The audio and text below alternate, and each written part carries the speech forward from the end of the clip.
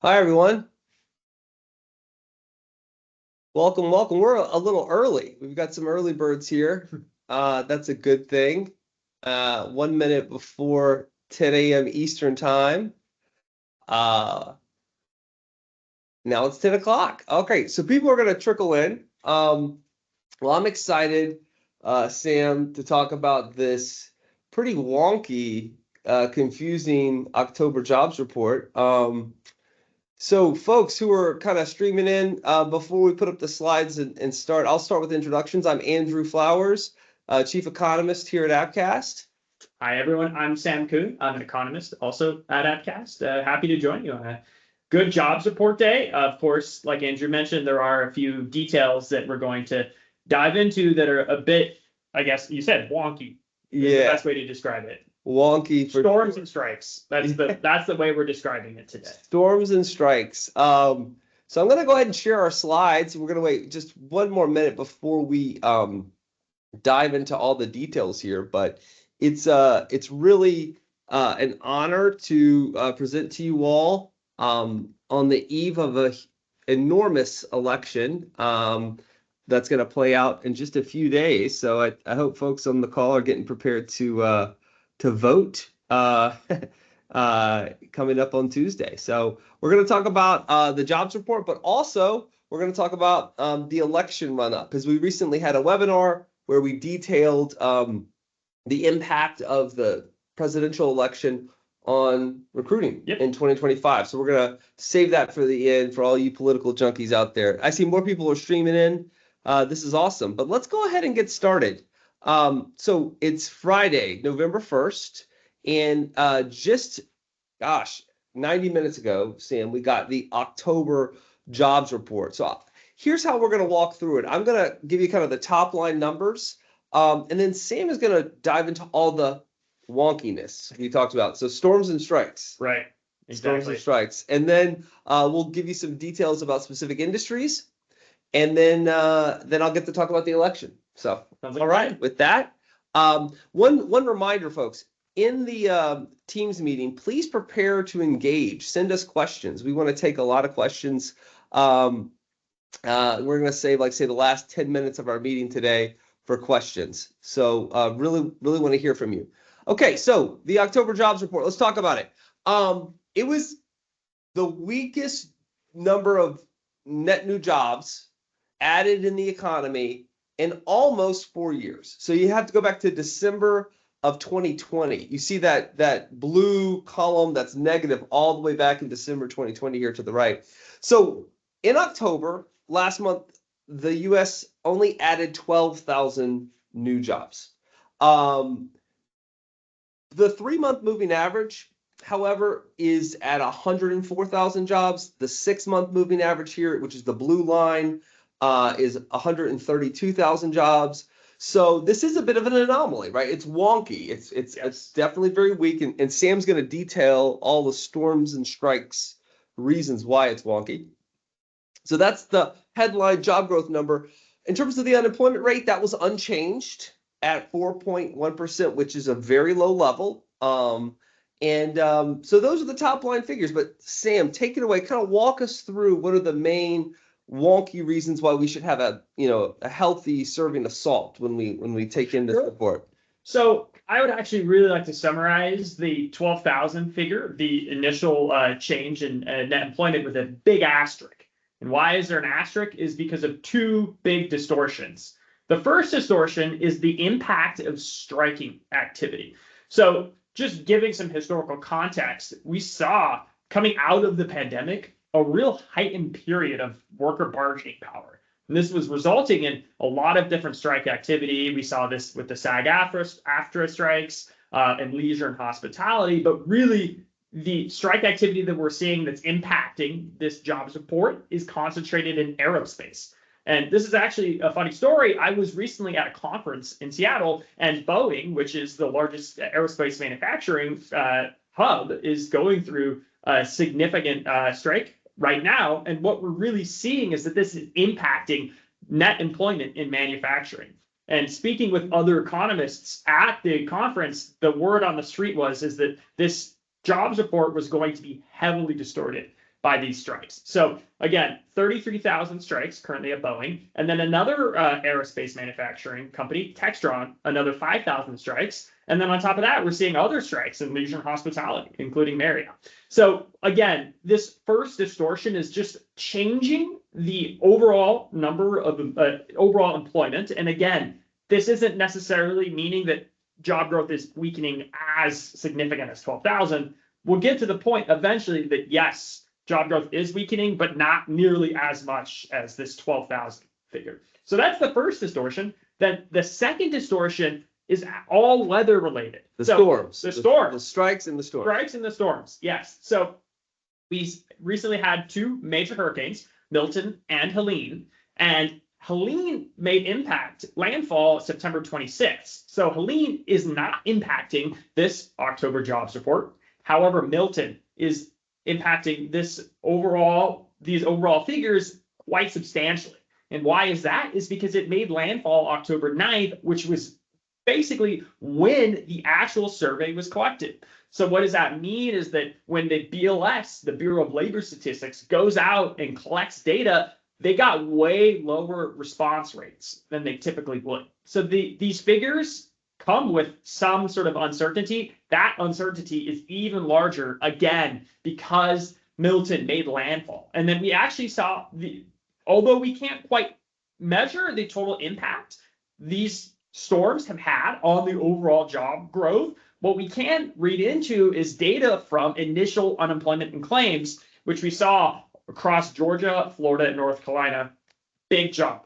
And these are for initial unemployment gains. So again, this is not anything to do with the October jobs report, but sort of just a window into how this data could be distorted. Of the storms you mentioned, we plot this data for Georgia, Florida, and North Carolina because we saw the most significant impacts in terms of unemployment insurance claims there. There were other storms. I want to mention in Texas, there was, we have one of our commenters here mentioned Hurricane Beryl. I think I said that right. That definitely had an impact. But when we look at the actual data in terms of how it distorted job growth, we wanted to focus in on these three states, but it's a great call out. That is a great call. And so that's why the exact kind of comment we want to engage with. So you were saying two distortions, strikes and storms. Yes, that's sort of the wonkiness. But again, just because there's sort of these distortions doesn't mean that underlying job growth isn't weakening. So what does that mean is that, again, we've talked a lot about revisions, about how initial job report data gets revised down or up after the initial month. So what we saw was substantial revisions again. So in August's figures, they were revised down 81,000. So that's going from 159,000 down to 78,000. So really substantial weakening there. And then also September's numbers were also revised down another 31,000. So taking that out of big picture, that's a total revision of 112,000 combined, which really extrapolating again from these distortions is just painting the picture that the job market is continuing to weaken. And so you see that in this chart, right, with the green dots being below the blue columns for September and August. Those blue columns were the initial releases, and then the green dots we learned about today, where is the revised data. It's lower for those 2 months. Exactly. So what were the weaknesses being concentrated in terms of job growth? So I think that this chart here perfectly illustrates the sort of weakening we're seeing across the entire economy. And this is within professional business services, this category called temporary health services, which typically think of staffing. So this is just total employment across the entire industry. And what we saw was this big run up, this huge demand for what I would call excess workers, that all these businesses had a huge amount of openings and needed to fill them. So they were reaching out to staffing companies to help fill them. And we saw this substantial increase in temp help, which peaked around 2022 when the job market was really at its peak. Mm-hmm. And then this massive decline. So it is now at 2.6 million. And when we back up, going all the way back to coming out of the Great Recession, it's around 2012, 2013. So really, I think that this sort of perfectly illustrates the weakening that we're seeing in the overall labor market, is that sort of the demand at the sort of margins is really starting to fall. and look at by specifically within temporary help services. So backing out of all these distortions and sort of the weakness we're seeing in temp help, Andrew, help paint a picture of sort of like the broader macro story. Yeah, so to kind of ping pong back here, Sam went into the kind of weeds about why this report was distorted, but why, on the other hand, it also had some signs of weakness, just not to the level of 12,000 jobs weakness. And so I want to bring us back out to the macro picture and talk about the supply side, because we just walked through why job growth or demand for workers was quite low, though also distorted. I want to talk about the supply side of job seekers. And so we've seen actually labor force participation come down from this very high level, over 84% for prime age workers. And so prime age workers, 25 to 54-year-olds, we kind of keep this cohort as an apples to apples comparison over time. We have been tracking how this boom in labor supply over the last 2 years, really driven by prime age women and foreign-born workers, has led to kind of a multi-decade high in labor force participation. Labor force participation basically is like the share of people in this age group who are employed or actively searching for work. If they're unemployed, they're actively looking. And so it's come down a bit to 83.5% from this peak recently of 84%. But I just draw the dotted line here to give you some context. It's down from its ultra high level recently, but you have to go back to roughly 2002, so 22 years, to find a level at this current rate of participation. So that's the supply side when we combined all the demand side, the hiring side data we showed you.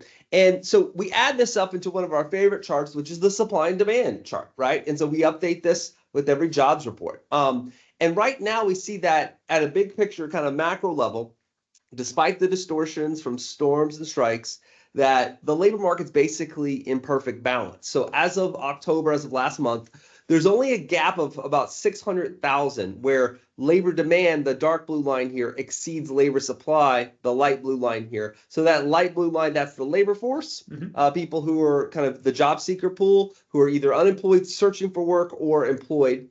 And then the dark blue line here is this kind of declining trend of either total employment or job openings, which we add together to give you a sense of labor demand. So labor demand still, though, it exceeds labor supply. There's still an orange gap here. It's just that gap is narrowing, and basically it's at a perfectly balanced labor market. Now, one of the normalizations we see in this, what were we going to say, Sam? I was just going to add a quick point about the decline in that dark blue line, vacancies and employment. Really, the decline is concentrated in postings, job openings falling, rather than employment dropping significantly. Exactly. And so we've seen the word here is normalization. It's coming into balance. And another way we see normalization is in wage growth.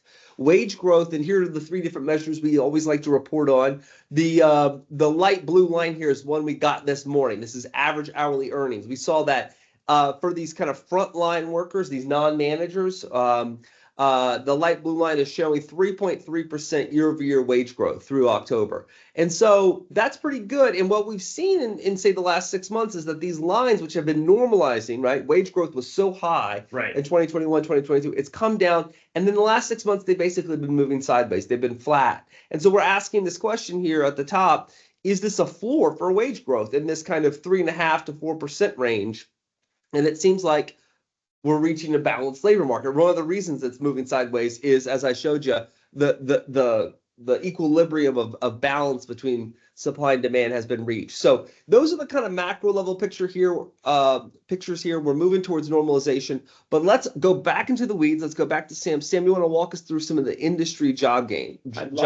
Yes. So just broad picture, these are just monthly gains by industry. And the story has really been the same for the entire year, is that healthcare is the overperformer. And specifically this month, healthcare added more than 52,000 new jobs. And then outside of healthcare, almost all industries were flat, or we saw big contractions. So we saw a big contraction to manufacturing, again, mostly due to strike activity, but then also a big contraction in professional business services due to the decline in temporary help services. So staffing and strikes at aerospace firms. Yeah. But then you could see sort of middle tier of all these different industries that really either added barely 8,000 jobs for construction, or lost a few jobs, 1,000 jobs like retail trade. So we've seen this real big diversion between industries. So you want to walk us through just what we like to do, this fun game where we give one word to describe each industry's performance in the recent month. Right. So backing out healthcare, we used to always say is sort of like it was really the overperformer, and now it's moved to solid. So 52,000 new jobs. And then construction, it's doing fine. It's doing fine. It's A-okay. 8,000 new jobs. Some interesting things is that even though construction employment has been, positive, we've seen some weakness in just overall demand for housing. So construction is really overperforming compared to its sort of industry data. Yeah. And then so is for information. So information, typically think of that can include, the tech industry and other communication and media. So we saw some big contraction in 2023, and it's sort of come back a bit, and it's doing fine. So. Yeah, so. And then leisure and hospitality, we saw a really big month in demand last month, but now it's just lost 4,000 jobs. There's a bit of volatility here. You can see that it moves up and down every month, but blah. Warehousing and storage, another sort of similar story to information of like media industry is that, again, we saw real big contraction for 2 years, potentially a return to growth in late 2023 into this year, and then again a dip down. So professional business services, this is the real this is the one that is really sort of signifying underlying weakness in the labor market. Again, 47,000 lost job, decline in employment. Where is that concentrated in? Staffing. Temp help, yes. And then manufacturing, we've talked about this already. This is a real big decline. This is the largest decline since April of 2020, which again was this result of the pandemic. So 46,000 jobs. Now, I would expect that this number potentially would be revised up, or we would see a swing back just again because of the strike activity. But you could see going back in the past few months, we have seen some big drops in August and then also in June. And if I may jump in here, look at last year with the UAW strike. You saw how there's a big negative and then a big bounce back. We could potentially see something like that, a seesaw effect. With the seesaw effect with this Boeing and aerospace strikes happening. So that tees up here the fun part, which is it's November 2024, which is we're 4 days out from Election Day. And so if I want to kind of give you all a recap, I'm not going to run through a full webinar that I recently gave about the impact of the election on recruiting in 2025. But we see a great question here from Jody asking about what do you think the impact is on labor force participation should Trump win and implement mass deportations, given that the growth of the labor supply has been driven by foreign workers. So great question, Jody. So we just gave a detailed webinar, Jody, that our friends here on the marketing team will share a link to that in the chat. But let's just kind of run through, I want you to check out the recording of our recent webinar, how the U.S. election will change your strategy. And so one of the things here, going backwards, one of the things here I start with in this webinar is to talk about what are the issues on the top of voters' minds. And so the number one issue related to the jobs report is the economy. This is a recent poll concluded last month of almost 3,000 voters. Number one, the economy, which says including jobs in the stock market. Number 3 issue is immigration. Number 5 issue is inflation. So all of these are plausibly linked to recruiting. In the webinar, I kind of give a state of the race that's since changed, because polls change, the odds change. And so from October 15th, when we gave that webinar till today, November 1st, here's the latest data. I used to work at 538. My former boss, Nate Silver, now with the Silver Bulletin, no longer with 538. He has an election prediction model that gets a lot of attention. Right now, he sees Trump gaining with his odds up to a 55% chance of winning. Harris at 44%. But again, and if you read Nate, he doesn't make too much of a difference between 50 and 55. It's a coin flip is the way to think about this. I'm not going to continue with my Wolf Blitzer impersonation here. I'm just going to kind of run through that the swing state polls for the 7 key swing states are razor thin, as you see here from the Washington Post on the right. And in this webinar, I talk about how it's not just the presidency that matters. Control of Congress also has a big impact on what legislation Trump or Harris could pass that affects recruiters. And so when we look at the race for the House, it's also a toss-up. Here's the model on the left from 538, with the Republicans having roughly 52% chance of retaining their control of the House of Representatives. That's 50-50. The presidency's 50-50, so lots of coin flips. But the Senate, however, is much more likely, according to prognosticators, to switch control. Currently, it's held a majority of Democrats, but that's likely to flip to a majority of Republicans, with Joe Manchin retiring in West Virginia, with John Tester, a Democratic incumbent in Montana, in a very tough race that polls indicate he's down. So with all that kind of, Wolf Blitzer, punditry, or kind of, horse race coverage, what we walk through in the webinar, and so Jody, this tees up the issues that you asked about, like mass deportation. We walk through 4 scenarios, and we give the odds here. Number 1, Harris winning with a split Congress, meaning split from her, so Republicans control some Congress. That's 45% odds. Trump winning with a trifecta of Republican control. That's the second most likely scenario, 30% odds. Trump winning, but with a split Congress, most likely a Democratic House. That's the third likely scenario here, 20% odds. And then finally, unlikely, the kind of Democratic trifecta of Harris winning with unified Democratic control. That's only 5%. What you notice here is that scenarios 1 and 4 add up to 50% odds for Harris. Scenarios 2 and 3 add up to 50% odds of Trump winning. And what we do in the webinar is we walk through the issues, namely immigration, like Jody's question. We walk through trade. We walk through taxes with the looming expiration of the Tax Cuts and Jobs Act, or otherwise known as the Trump tax cuts. Those are expiring at the end of 2025. I walk through all these issues. And again, I'm not going to summarize the full hour webinar. I encourage you to watch the recording. But the point is, here I'm kind of giving you the takeaway, which is we look at the impact for you as a recruiter next week when we know the results of the election. If we know next week, it may take some time. Right. But if we know, we wanted to give you a cheat sheet for each of these scenarios. How do you think about labor demand or hiring? How do you think about labor supply or your talent pool? How do you think about wage growth? And here are the impacts across all these 4 scenarios. Again, not going to walk through all the results here. This is just a teaser, a cheat sheet for you to think through. The one thing I will do is I'll answer Jody's question. So Jody asked, okay, given that the growth in the labor pool has been through foreign-born workers, if, say, the second scenario here, which has roughly a 1 in 3 chance of happening, we call it a Republican mandate, right? The idea of Trump winning with unified Republican control.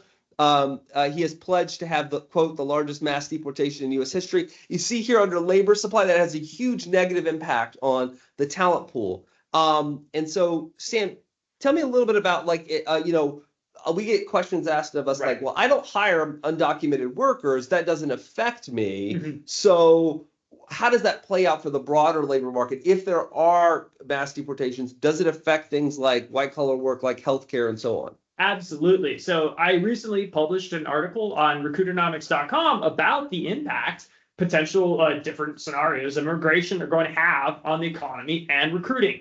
And really the summary is that according to a nonpartisan think tank, the Peterson Institute, they did some work and they found that the modest scenario of 1.3 million deportations would have an impact in 2 areas. It would be inflationary, and it would reduce overall the amount of workers. It would decrease the talent pool. It would make it more competitive for workers, for employers to hire. And then the second scenario, which is the real aggressive scenario, which Andrew highlighted, is 8.3 million deportations, which would be one of the largest deportations in U.S. history, which would have devastating effects both in terms of inflation and overall economic growth as well. So just to walk through all these impacts, you'll make sense of it when you watch the webinar. I have that recording. Again, we're going to share that link. But Jody, I hopefully that answers your question. In short, per what Sam said, deportations would be probably very inflationary for wages and make recruiting costs go up, make talent shortages, labor shortages more severe. So With that, I think we want to take your questions. I know we're still have some time left here in the half hour. Any other questions among folks here on the Appcast brief? I don't think I see any at the moment. If there's no questions, I have a question for you, Andrew. Is Tuesday night, how are you feeling in sort of the results as the results are coming? What sort of scenarios are there?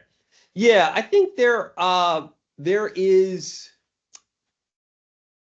to be real simplistic about it, there's three scenarios. There's early in the night with Pennsylvania results coming in particular, but maybe even New Hampshire, we have a clear indication of how the polls were off in one direction or the other. So scenario one, it seems like Kamala Harris is overperforming in Pennsylvania, and that could be a good foreshadowing that it's a clear win for her. Scenario two, Trump is overperforming, and it's a clear win for him. It could be like 2016, right, where it was actually clear on election night who the winner was in 2016. Those are the first two scenarios. The third scenario, which I think it seems to be the most likely, which is it's razor thin, and like 2020, it takes days, if not a few weeks, to get through the litigation, the court battles, to actually count all the votes. Even though we don't expect mail-in voting and to be as big a deal as it was in 2020 in terms of we learned from that process. The processing is faster now, but it could, just because of the margins being so thin, it could take a lot longer. So those are the kind of three scenarios that I see it playing out. Any states you're looking at in particular, like Arizona, your home state? Yeah, my home state, of course, Arizona. So I grew up in Arizona, and it'll be a state that I think could have a surprising turn either way. Yeah, so I think we're almost at the end here. I think Allison, thank you for sharing in the chat here a link to the election webinar. Again, we'll conclude early. I encourage everyone. This is the Dad Talk to vote if you haven't already. And when it comes back to the economy, as Sam and I covered, we had a really weak job growth figure this morning. Is it really just 12,000 jobs that the U.S. economy is growing at? No. There's some strike activity. There's some storms that would really put that figure higher. The one thing I will say that to explain away the underlying weakness in job growth is when we pointed to the fact that temporary helps jobs have been falling off a cliff as a sign of underlying weakness. The one way I would spin that as potentially something that could rebound is uncertainty. A lot of our clients here at Appcast that we talk to who are making their recruiting strategies for 2025, they know the election has a huge impact on that, right? In terms of tax, corporate tax rates, in terms of tariffs, and of course, as we discussed, in terms of immigration. So one argument could be that, what do you think of this, Sam, that companies are just waiting for the election to play out. And so right now they're kind of scaling back any major hiring plans. And so part of the first thing to go in an environment of uncertainty is staffing temporary help jobs. You just kind of want to see where the dust settles. So I'm very curious to see, once we know the outcome of Congress and outcome of the election, whether recruiters' plans start to take shape once they have less uncertainty on the horizon. Right, absolutely. And I think that the election is weighing on everyone's minds, both businesses and households. And we could see a real big difference heading into the new year. Great. Well, hey, please check out recruitonomics.com for a full write-up of the jobs report this morning. Allison is linked in the chat. A great piece we wrote about Arizona, as well as a link to the election webinar. So with that, folks, thank you so much for hanging on. Take care. Thank you all. Have a great day. Bye.